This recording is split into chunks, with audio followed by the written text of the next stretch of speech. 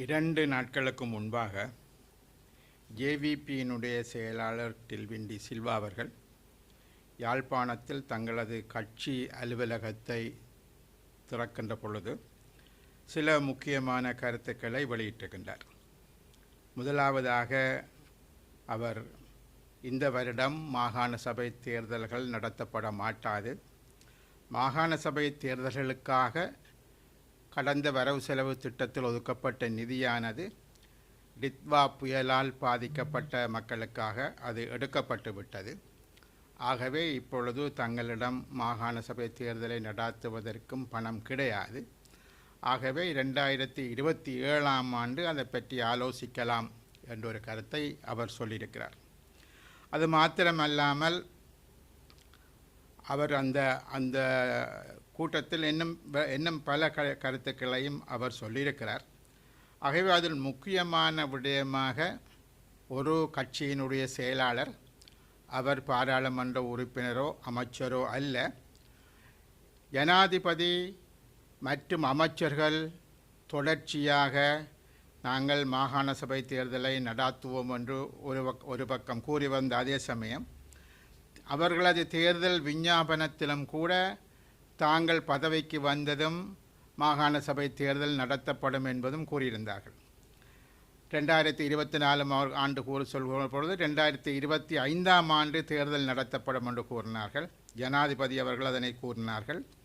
அதுக்கு பிற்பாடு 2026ஆம் ஆண்டு இப்பொழுது ஜேவிபியினுடைய செயலாளராக இருக்கக்கூடிய டில்வின் டி சில்வா அவர்கள் 2027ஆம் ஆண்டு தான் இந்த தேர்தல் நடாத்தப்படும் என்று கூறியிருக்கின்றார்.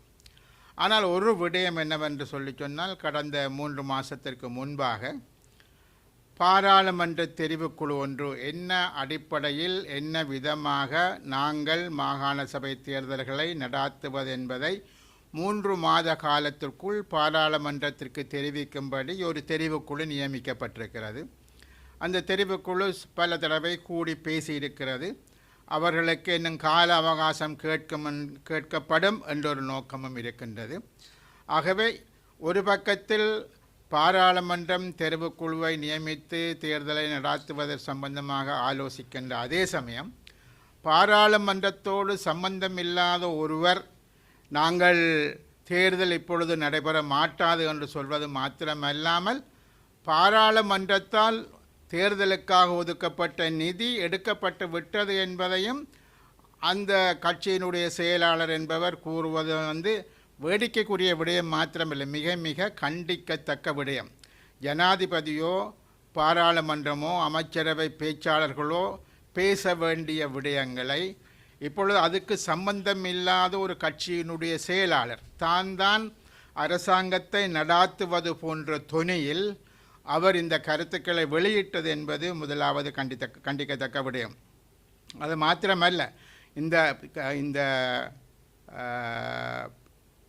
இந்த தெரிவுக்குழு என்பது தெரிவுக்குழு சம்பந்தமாகவும் கூட அந்த தெரிவுக்குழுவில் அங்கம் வகிக்கக்கூடிய திரு சாணக்கியன், திரு மனோ கணேசன் போன்றவர்கள் கூட அரசாங்கத்தினுடைய அந்த தெரிவுக்குழு என்பது இழுபட்டு கொண்டு போக முடியாது, விரைவாக தீர்மானம் எடுக்க வேண்டும், தேர்தல் நடத்தப்பட வேண்டும், கடந்த காலத்தில் எவ்வாறு தேர்தல் நடைபெற்றதோ அவ்வாறு தேர்தலை நடாத்தி அதற்கு பிற்பாடு அடுத்தடுத்த தேர்தல்களில் வரக்கூடிய மாற்றங்களை கொண்டு வரலாம் என்று கூறுகின்ற பொழுது கூட அரசாங்கம் திட்டமிட்ட வகையில் மாகாண சபை தேர்தல்களை தள்ளி போடுவதன் மாத்திரமல்ல, மாகாண சபை தேர்தலை இவர்கள் நடாத்துவார்களா என்ற ஒரு அச்சம் இப்பொழுது உருவாகியிருக்கின்றது.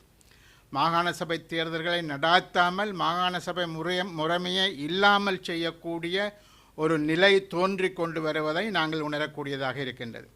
ஆகவே தமிழ் பாராளுமன்ற உறுப்பினர்கள், தமிழ் மக்களால் வடக்கு கிழக்கு பிரதேசத்தில் தெரிவு செய்யப்பட்ட பாராளுமன்ற உறுப்பினர்களுக்கு ஒரு கடமைப்பாடு இருக்கிறது. என்னவென்றால், குறைந்தபட்சம் இவற்றை கண்டிப்பது மாத்திரமல்ல, அந்த மாகாண சபை தேர்தல்கள் நடத்தப்பட வேண்டும் என்பதை மிக வலுவாக பாராளுமன்றத்தில் இருக்கக்கூடிய எதிர்க்கட்சிகள் எல்லோருமே அதற்கு ஆதரவான கருத்துக்களை கொண்டிருக்கக்கூடிய இந்த சூழ்நிலையில் அரசாங்கத்தை தேர்தலை வைப்பதற்கான முழுமையான அழுத்தத்தை இவர்கள் கொடுக்க வேண்டும்.